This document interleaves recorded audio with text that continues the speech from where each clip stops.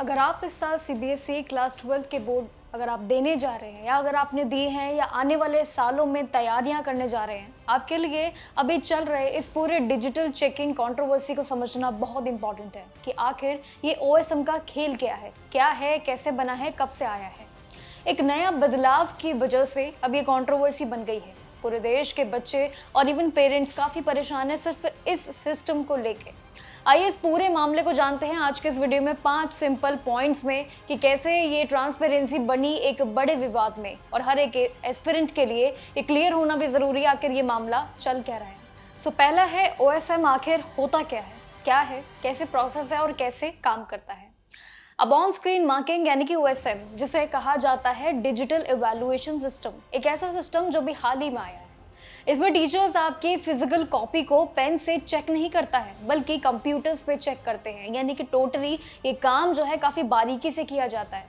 पूरे प्रोसेस में सबसे पहले आपकी आंसर शीट्स को हाई रेजोल्यूशन यानी कि डिजिटल पीडीएफ्स में स्कैन किया जाता है, परखा जाता है और उसके बाद कार्य को आगे शुरू किया जाता है।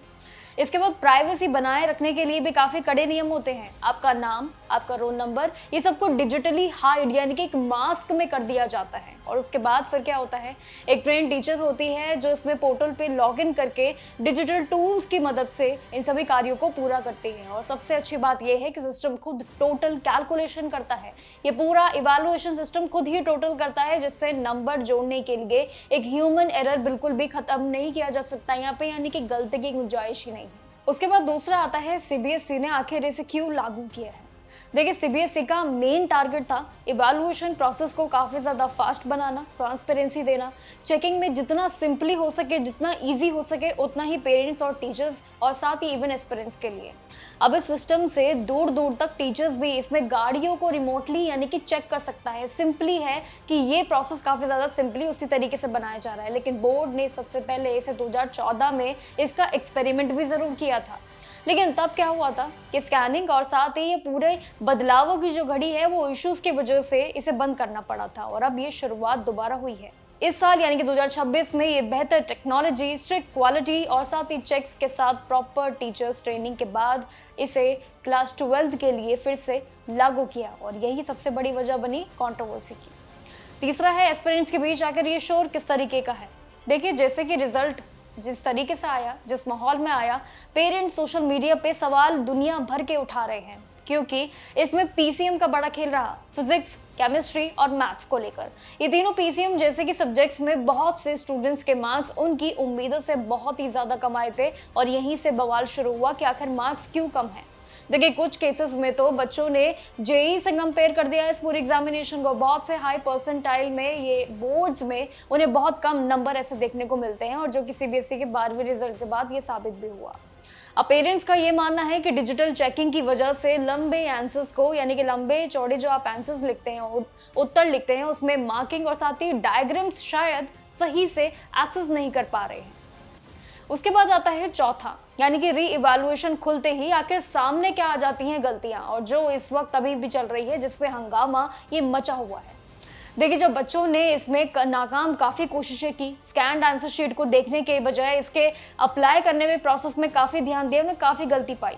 स्टूडेंट्स ने जब कॉपियां देखी तो कई सारे शॉकिंग उनके लिए परेशानियां जरूर सामने खड़ी हुई, जैसे कि कई तरीके की आंसर शीट कहीं ना कहीं ब्लर है, बहुत ज़्यादा धुंधली है, कहीं ना कहीं आंसर शीट के कुछ पन्ने गायब है, और भी कई तरीके के रीजंस जो है वो बच्चे ज़रूर फेस कर रहे हैं। यानी कि मिसिंग, अगर देखें पूरी आंसर शीट में चीज़ों का होना एक बहुत बड़ा विवाद तो बनना ही था। अब स्टूडेंट्स की आंसर शीट अपलोड कर दी जा रही है, लेकिन सीबीएसई की तरफ से अभी भी हाल ही में कंफर्मेशन लगातार आ रही है। सीबीएसई के पेमेंट पोर्टल के लिए भी अगर बात करो तो इसमें अब फीस को रिड्यूस पहले किया गया था, लेकिन अब इस पे एक बड़ी कार्रवाई की जा रही है कि जो पेमेंट्स आपकी वो दोबारा से आपके बैंक अकाउंट में एक्स्ट्रा ही आने जा रही है। अब इसके बाद पांचवा यानी कि सबसे बड़ा कदम, और आपके लिए अगला कदम क्या होना चाहिए। देखिए, क्लैरिफिकेशन देते हुए ये जरूर बताया सीबीएसई ने कि अगर स्कैन सही नहीं होता है तो टीचर्स उसे रिजेक्ट कर देगी, बिल्कुल भी देरी नहीं करेगी। इस साल लगभग करीब 13,000 आंसर शीट को ऐसी रखी थी कि जिन्हें बच्चे द्वारा लाइट इंक यूज करने की वजह से स्कैन नहीं किया जा सका है। ये है सीबीएसई की तरफ से क्लैरिटी। लेकिन इसी के साथ अगर देखें मैन्युअली चेक करने का प्रोसेस भी उनके लिए काफी भारी जरूर पड़ा। अगर आप भी इस इशू से अफेक्टेड हो रहे हैं, अगर आप भी सीबीएसई ही स्टूडेंट है या फिर आप भी अगर आप टीचर हैं या पेरेंट्स हैं, तो ये ज़रूर घाटे की चीज़ें आपने ज़रूर देखी होगी। लेकिन बोर्ड का ये इवैल्यूएशन प्रोसेस ना लाइव हो चुका है, लेकिन जहाँ पे जेन्युइनली शिकायत भी सबमिट आप कर सकते हैं, लेकिन जेन्युइन रीज़न आपको देना ज़रूरी होगा, क्योंकि विदाउट रीज़न शायद सीबीएसई इस पे एक्शन ना ले। इसलिए उनके लिए ज़रूरी है कि वो सारी चीज़ों को बिल्कुल फाइनली परखें, ताकि उसके बाद जो एक्शन ले वो सभी एस्पिरेंट्स के लिए, इवन स्टूडेंट्स के लिए वो बहुत ईजी हो आगे के लिए। लेकिन अभी ये देखना बाकी होगा कि जिस तरीके से सीबीएसई क्लैरिटी लगातार दे रही है, क्या उससे पेरेंट्स और बच्चे सहमत हो पाएंगे या नहीं। अगर आपकी क्या राय है हमें कमेंट सेक्शन में ज़रूर दीजिएगा। बाकी जानकारियों के लिए देखते रहिएगा जागरण जोश।